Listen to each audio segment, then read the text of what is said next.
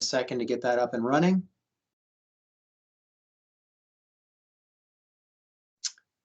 And here we go. Just an announcement to everyone on this call that this call is being recorded today, and you will see the results of this recording posted on the YouTube channel that we are now using to communicate and pass on these communications to our school partners. First update thing on the agenda today, I did receive your feedback from the survey that we sent out last week. In total, we had 61 respondents to that Survey Monkey. We got a lot of really great information from that. It was helpful. The critical feedback in particular was super helpful. We are going to integrate some changes immediately into this. I know that there's been some issues with getting emails out to folks in regards to the invitations to this meeting. So we will continue to try to work on that. There seems to be some IT issues with the MS Teams function, but we're going to continue to work on that. The other feedback that was really helpful was there was a few folks that requested at least a video feed at the beginning. So that's why you see my camera turned on for now. You'll see that get turned off here shortly when we jump into the agenda. We've also had requests to integrate a PowerPoint with clear communications for teachers. So we're going to have a weekly formatted PowerPoint with updated information and data, which we'll be sharing out on this call as best as we can get with that data. So you'll see a new format here in just a few seconds. There are a few members new to the team, which I'm going to be doing some quick introductions to, and they're unable to unmute at this point. We're still getting mics and cameras. Literally onboarded 4 folks this week to help out with school's efforts. So I just want to go through a brief introduction on that before we get started. First is Sylvia Velasquez, who is going to be the point of contact, anything referencing vaccines for K through 12 schools.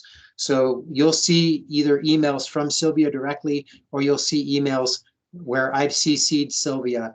From now on, any vaccine-related questions for K through 12 will go directly over to Sylvia, specifically as it pertains to staff doses on first and seconds. We're really focusing in on the second dose, folks, because we know a lot of your teachers are up for that second dose. And if there's scheduling issues, things of that nature, Sylvia will be the go-to point on helping to direct those folks on how to do it properly. The other 3 folks which are onboarding include Dixie Siegel, Kristen King, and Stuart Slonecker. All of these folks have experience in K through 12 educational settings, some above and beyond that. So that was one of the requirements when we went into hiring these temporary positions. 2 of them will be working directly with a specific number of districts to assist with contact tracing case investigation. We had some oral health folks doing that previously. These folks will be specifically assigned to help out with that. And then you'll see Kristen specifically will be assisting with some of the testing strategies as those get rolled out. Okay, so those are a couple of quick updates. So over to the agenda. Thank you again for that feedback. It was really helpful in figuring out how we're going to go about doing this this information presentation wise from here on out. Okay, so it's just easier for me to present this way. So I'll send out copies of this slide deck to everyone after this call as well here today. Overview for your update. And again, this is the format that will be followed from here on out on the Tuesday and Thursday calls. The first thing we're going to look at are the updated guidance, the vaccination updates, case counts and outbreak numbers, testing, and then other. And that'll be the point in time for you all to start asking questions about where things are at. I do see your question, Danielle. I'll make sure to get that in the chat here in a little bit. Yeah, you will get Sylvia's contact information. In fact, Tiffany, if you can drop her email in the chat box, just so everyone on this call has it. Please, in the first week of reaching out to Sylvia, please CC me or EOC Education on those emails. We're trying to make sure she gets onboarded as quickly as possible and that she's giving out all the correct information. So just for the first week when you email Sylvia, make sure you CC me on those communications. Sylvia will be doing an outreach to all of the points of contacts at school sites just to introduce herself, regardless of which. Back over to the presentation. Overall guidance. So we are awaiting anxiously the CDC updated guidance on reopening schools. Currently, the CDC's website looks exactly like this. If you can just give me someone want to raise their hand really quick and make sure that we're seeing this, just so that I'm sharing my screen appropriately. Good, thank you all, appreciate that. Okay, so this is the current space for CDC guidance on school opening. This is supposed to change within the week, and you're going to see updated guidance overall from this. Our goal internally at the health department is to go through all of this guidance in great detail and make sure that we have on this call and other calls that will be set up opportunities for training and getting all of these updates up to speed for you all as we progress through this unveiling of this guidance. Okay, so just keep posted on that. As soon as it comes out, we will be working hard to make sure that we get that to you in a timely fashion. We do know that it's going to include a strong mitigation framework with an emphasis on wash, wear, and wait. Washing being the washing of hands, washing of frequently touched surfaces.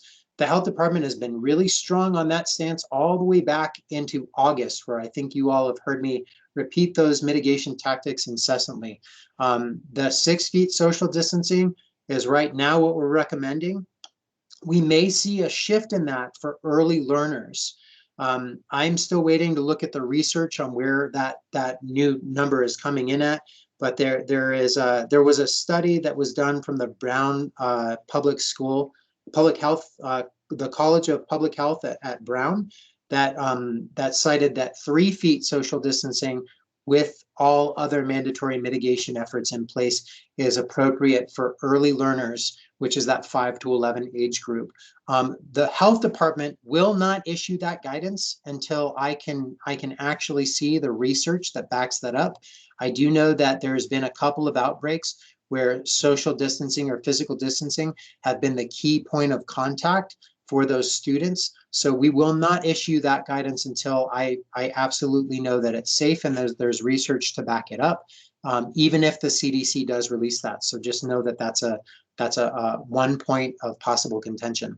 Masking at all times will be required, exempting lunchtime activities, which again, we will emphasize 6 feet social distancing, or eating outside is actually a really great mitigation method for your schools.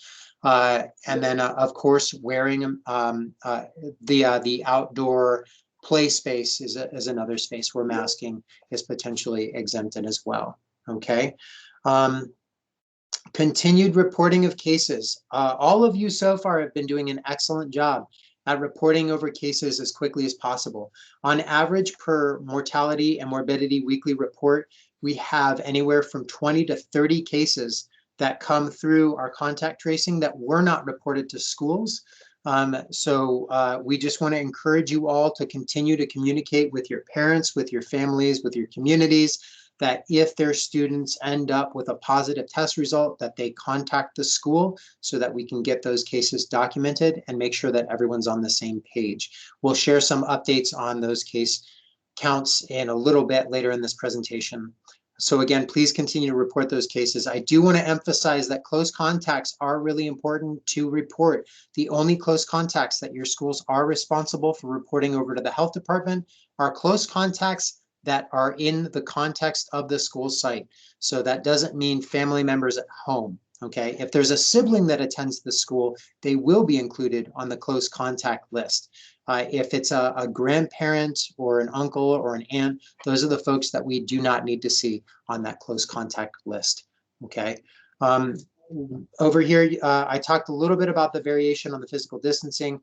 There may be some other mitigation strategies included on this new CDC guidance. I've seen some discussion around testing. Point of site testing is an additional strategy.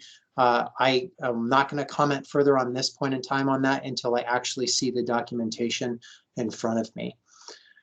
Again, our guidance as it comes out will be based on the CDC template and what rolls out on that.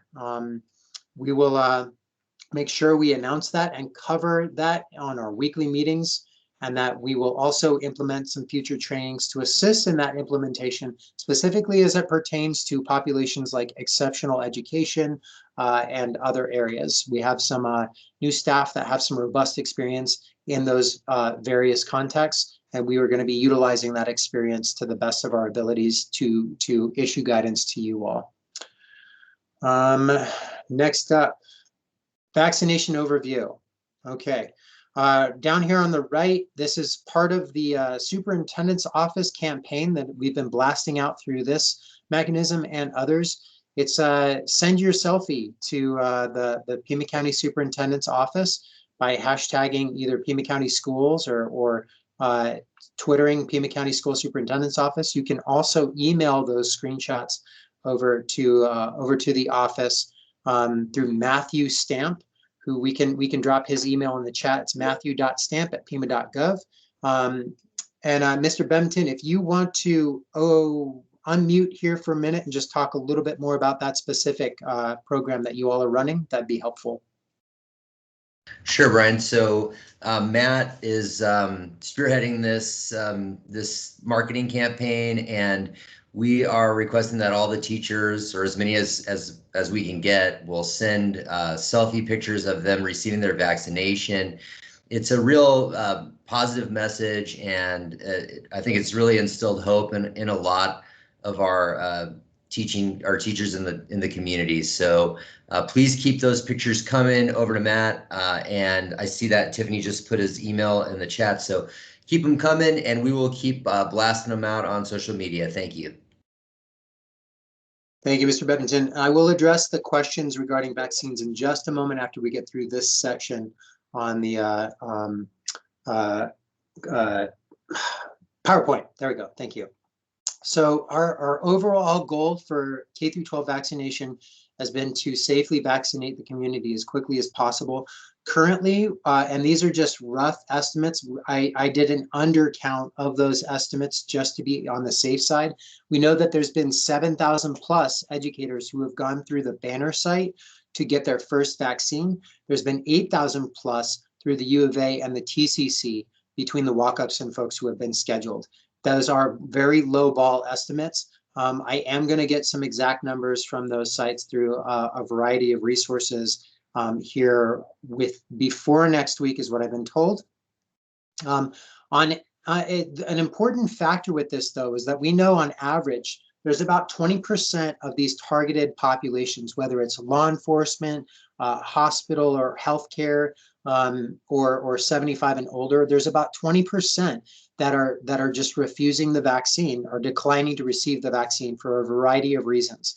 So so far, by adding up all those numbers, we've almost hit our mark for K through 12 education in terms of vaccines. I know for a fact that there have been issues with individuals who have been unable to get their second vaccine or unable to schedule their first shot for a variety of reasons. I'm going to address some of those concerns, which I can see in the chat in just a little bit here.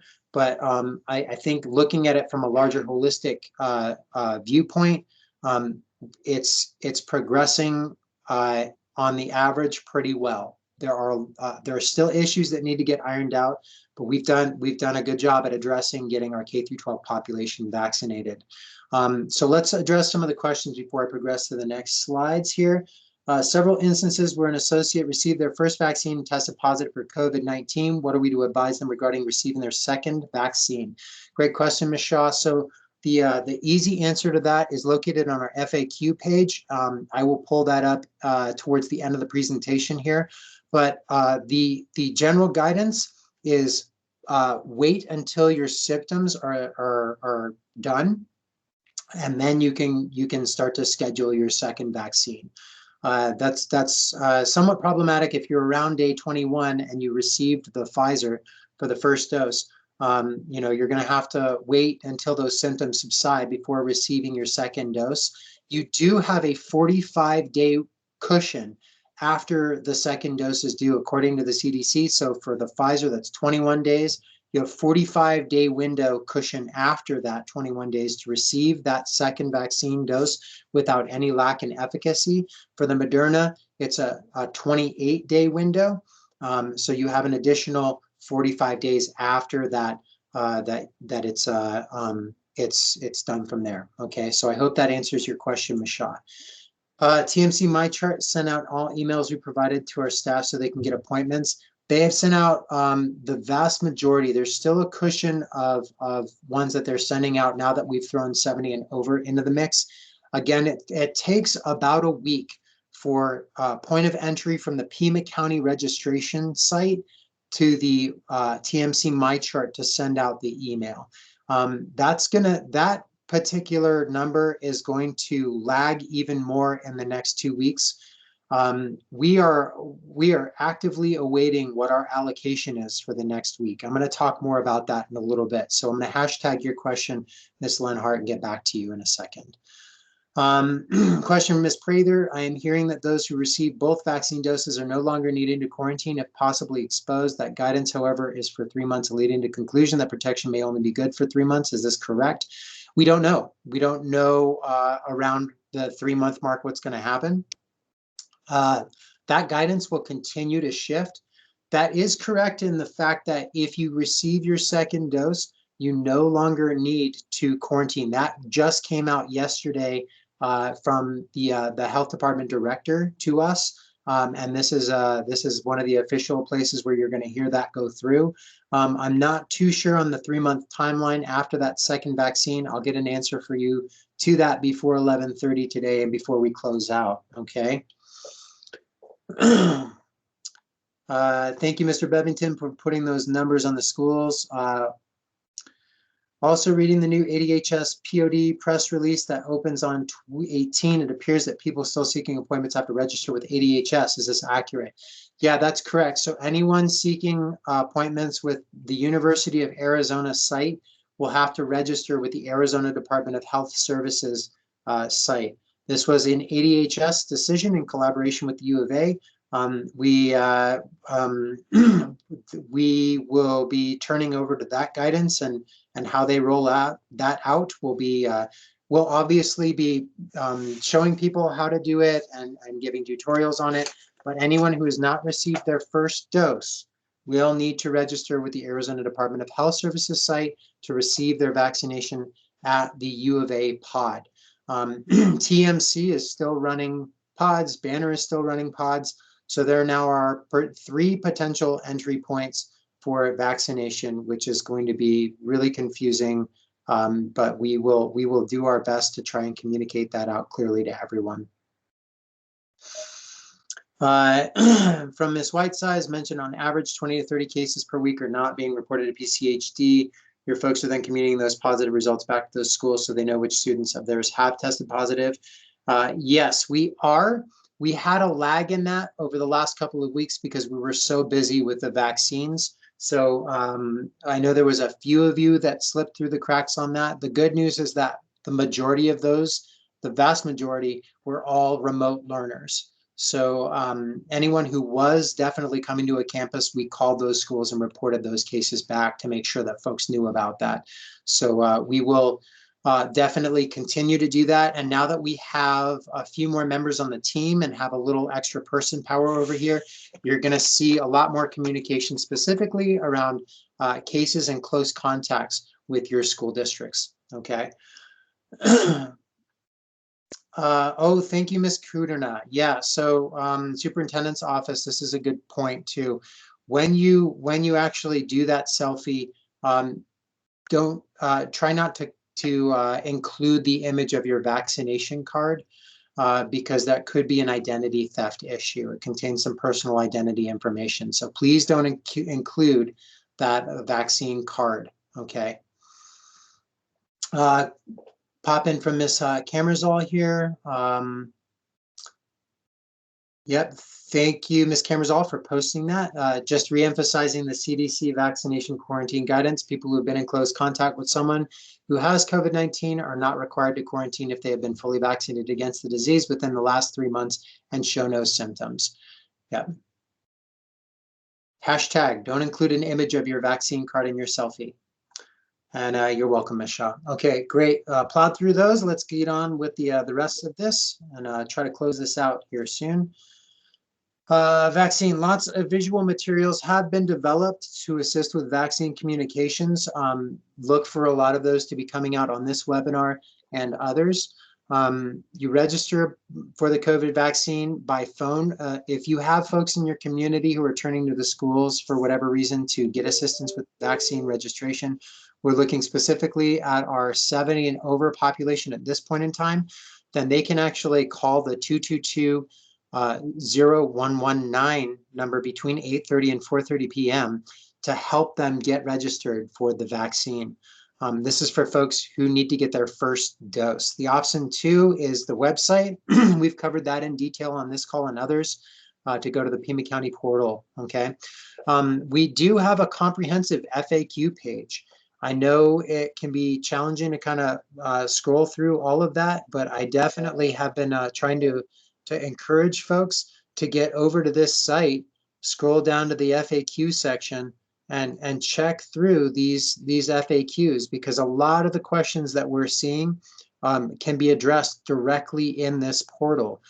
We have had a lot of concerns on the myths versus facts, so this also has been an exceptional resource for folks to go to pull up information. So for your school nurses especially, I know there's been a lot of questions that you're getting from parents, questions that you're getting from your staff at your school sites, and I think our nurses unintentionally get thrust into the role of health content experts. So just bookmark this page and have this ready to go as a point of contact for your communications.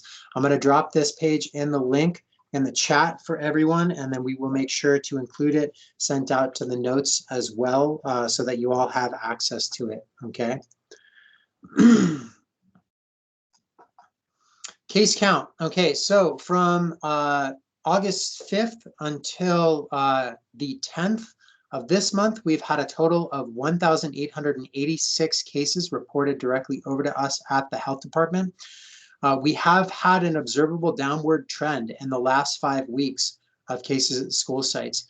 Look for this information to be communicated graphically through charts and graphs and all kinds of other fun stuff as we continue to do this PowerPoint over the next couple of weeks in our communications with you all. There's been 57 total outbreaks, which again means that they are linked at the school site, epidemiologically linked. They're not a brother or sister, that they are traced back to the school site. The majority of those are cases where a close contact was sent home and during quarantine developed symptoms and then tested positive or tested positive as a result of being asymptomatic. So that's also good news. I do want to point out though, and this is really concerning for us on our side, in the last 10 days, we've had 6 basketball games that have resulted in the quarantine of 12 teams. Of that, we've had 1 confirmed outbreak, and we're probably going to see more outbreaks as a result of this trend.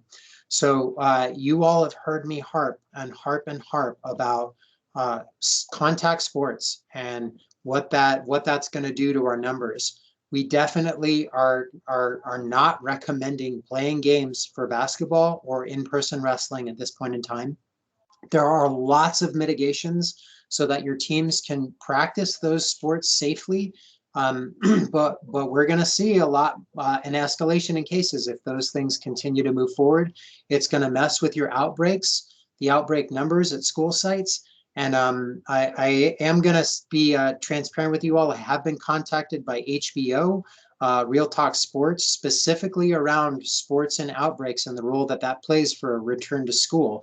And I will not break any confidentiality information. I'm not going to share any specific district information, but we are going to be sharing these numbers with that resource or with that media outlet in a way that does meet the HIPAA guidelines. So we're not gonna be hiding those numbers or anything, or trying to do any of that kind of shady stuff. We're going to be super upfront about what we're seeing.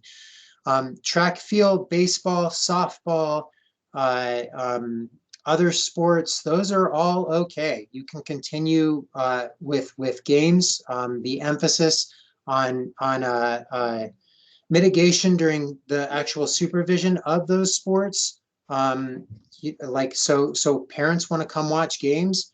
If you do just continue to play basketball, please don't have parents in the gym watching right now. We're not going to support that in any way, shape, or form. 50 max, and that's 2 teams, coaches, athletic trainers, administration. That's already hitting your 50 max inside of a gymnasium at any point in time. Please don't have parents coming to observe those games if you are going to continue to do that thing against the advice of the health department. With the outdoor sports, parents can come and watch those things as long as mitigation is being practiced. We are going to try to actually come out and visually inspect some of these things too, and we're going to be looking for breaks in mitigation. So if we see, now that we have person power, we may come out to some of your sporting events and document if mitigation isn't being followed properly, because this is something that we do want to start hammering down on here in a little bit more, to more of our ability now that we have the person power to do that.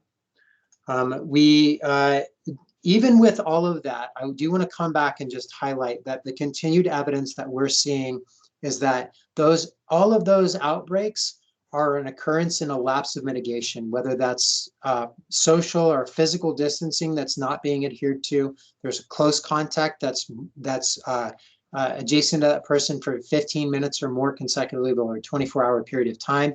The biggest thing, though, is masking, that there's been the mask isn't being worn correctly, or people aren't wearing them, things of that nature. The vast majority of cases at our schools, and that's over 95% of the cases in our schools, are a result of social or home contact.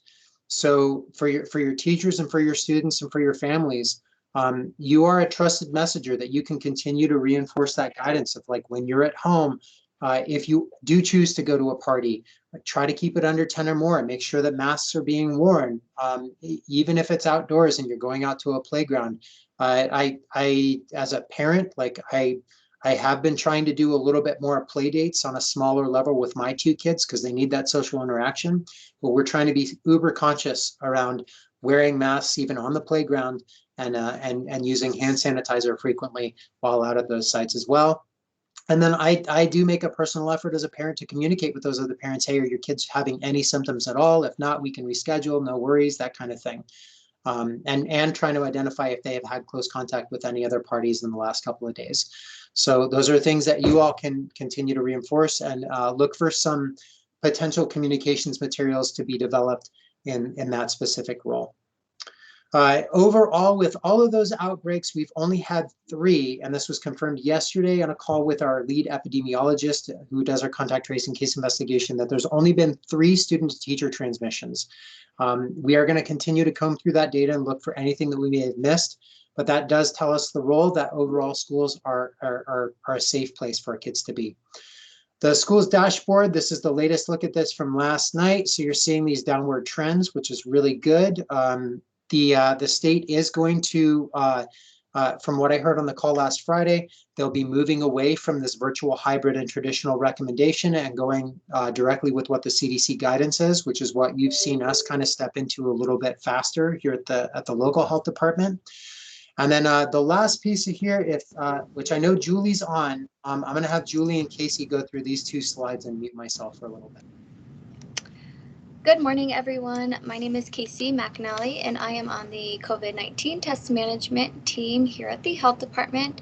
And first off, I wanted to just remind everyone that there is ongoing COVID-19 testing in the community for educators. So as the slide reads, take a look at that website and you can get set up with a saliva PCR test if you are in need. Secondly, I wanted to talk to you about a new opportunity that we are beginning to roll out for the schools. It's on-site testing for symptomatic individuals. This is a 15-minute antigen test that can be done, swabbed right the child or staff member right at the school and get the results within 15 minutes if they are showing symptoms. We are working with the schools on getting the onboarding process. If you want to switch to the next slide, please. If you are interested in the potential of having this opportunity at your school, please email me here and include the information below. And like I said, we'll be working with you, but we'll have more information provided at this webinar as to what the onboarding process looks like, what you need to be able to participate in this program, and then how to proceed forward if you do want to continue with this information. So reach out to me if you are interested, and I'll be getting back to you with the next steps. Thank you and take care. Thank you, Casey. And I do know we are doing that at a district level too. So some of your districts may have already reached out to us. If you're at an individual school site, then make contact with your district school nurse or your district HR personnel, and then they'll be the individuals to actually reach out to Casey. Correct, Casey? Yes, that is correct. Cool. All right. Thank you all. So that's going to conclude, for the most part, the last thing that we're going to look at here again are these two visuals. Just make sure that you that close contact, we're still at 6 feet until we hear otherwise, and until I see evidence that shows that those other distances are safe. We're going to keep our recommendation as a 6 foot distance. You've all seen this chart on the reduced quarantine. I'm going to jump over to the chat because I know we're 1 minute over, and I do need to make sure we're on point with this 11:30 hard stop. If you have staff who have registered on January 27th and still have not received an email from MyChart, have them re-register back through RegCap. There may be some issues with that in the next week. I'll talk about that here in a second. Kathy Steinle points to the new interim clinical considerations for use of COVID-19 vaccine through the CDC. That is an excellent resource. So we will make sure to highlight that and drop that on this PowerPoint for the next session. Thanks, Ms. Steinle, for pointing that out. The next question is making recommendations. Schools are allowing close contact sports that those students remain remote learners. We are going to step back from making any recommendation on any kind of like educational related piece, though there is crossover here with health related outputs. So we will be talking a lot about that, Ms. Carroll, over the next couple of days, and hopefully we'll have some solid guidance for you. But again, we're going to really step into not recommending that those sports be played at this point in time. That you can practice, and there's safe practices that you can do to facilitate those practices. But we're just not going to recommend wrestling or basketball, and we don't think that we should suggest alternatives because I think that gives passive permission. When you mentioned posting an FAQ link document, yes, Ms. Shaw, I will make sure to get that up to you. Benchmarks are still a good way to decide if a school should be open or closed. Our local health department is not going to recommend using benchmarks as that. And we've seen national data and local data that shows that even in high rates of transmission, that schools have relatively low rates of percent positivity among the population. That's one of the reasons you may see testing integrated into some of these return to school recommendations, and utilizing those testing sites that Miss McAnally talked about earlier.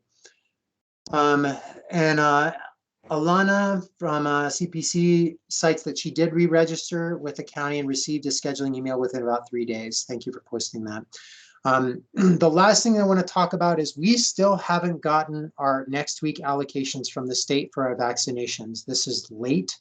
We're not really sure what to make of that at this point in time. So I can't give you specific guidance on what that all means at this point in time. As soon as we know that we have the allocation listed out, then that's really gonna dictate how we're gonna be able to vaccinate folks in the next week. The county's priority is going to be getting the second doses taken care of first. That's our priority at this point in time. So when we know more about that, we'll keep you all posted. Again, this is all this state is the organization that gets those allocations out to us, and we're just not sure what that's at for next week. So it may be if that we get shorted that and we're just doing the second doses, that we may have to reschedule some first dose appointments. We may have to just not do first doses for a little while. But that's all I can give you in regards to that at this point in time. We'll try to keep you all updated as we go through the vaccination situation. Ms. Roche, yes, it will be updated by the end of business today. I don't know, Ms. Lenhart. It all depends on that allocation piece. It's just an unknown factor right now. I did talk earlier about the U of A. The U of A is going to be working with the state specifically. There's going to be a separate registration system for that. That's going to launch on the 18th of this month. Until then, the U of A will be meeting all of these scheduled appointments as far as I know that they have scheduled out for this week. Yes, Ms. Steinley, I'll touch base with you a little bit later. Tiffany posted a really great link about what to do after getting a COVID-19 vaccine. And we are going to end at this point in time. I know we're 6 minutes over, but I appreciate you sticking with us. One of the things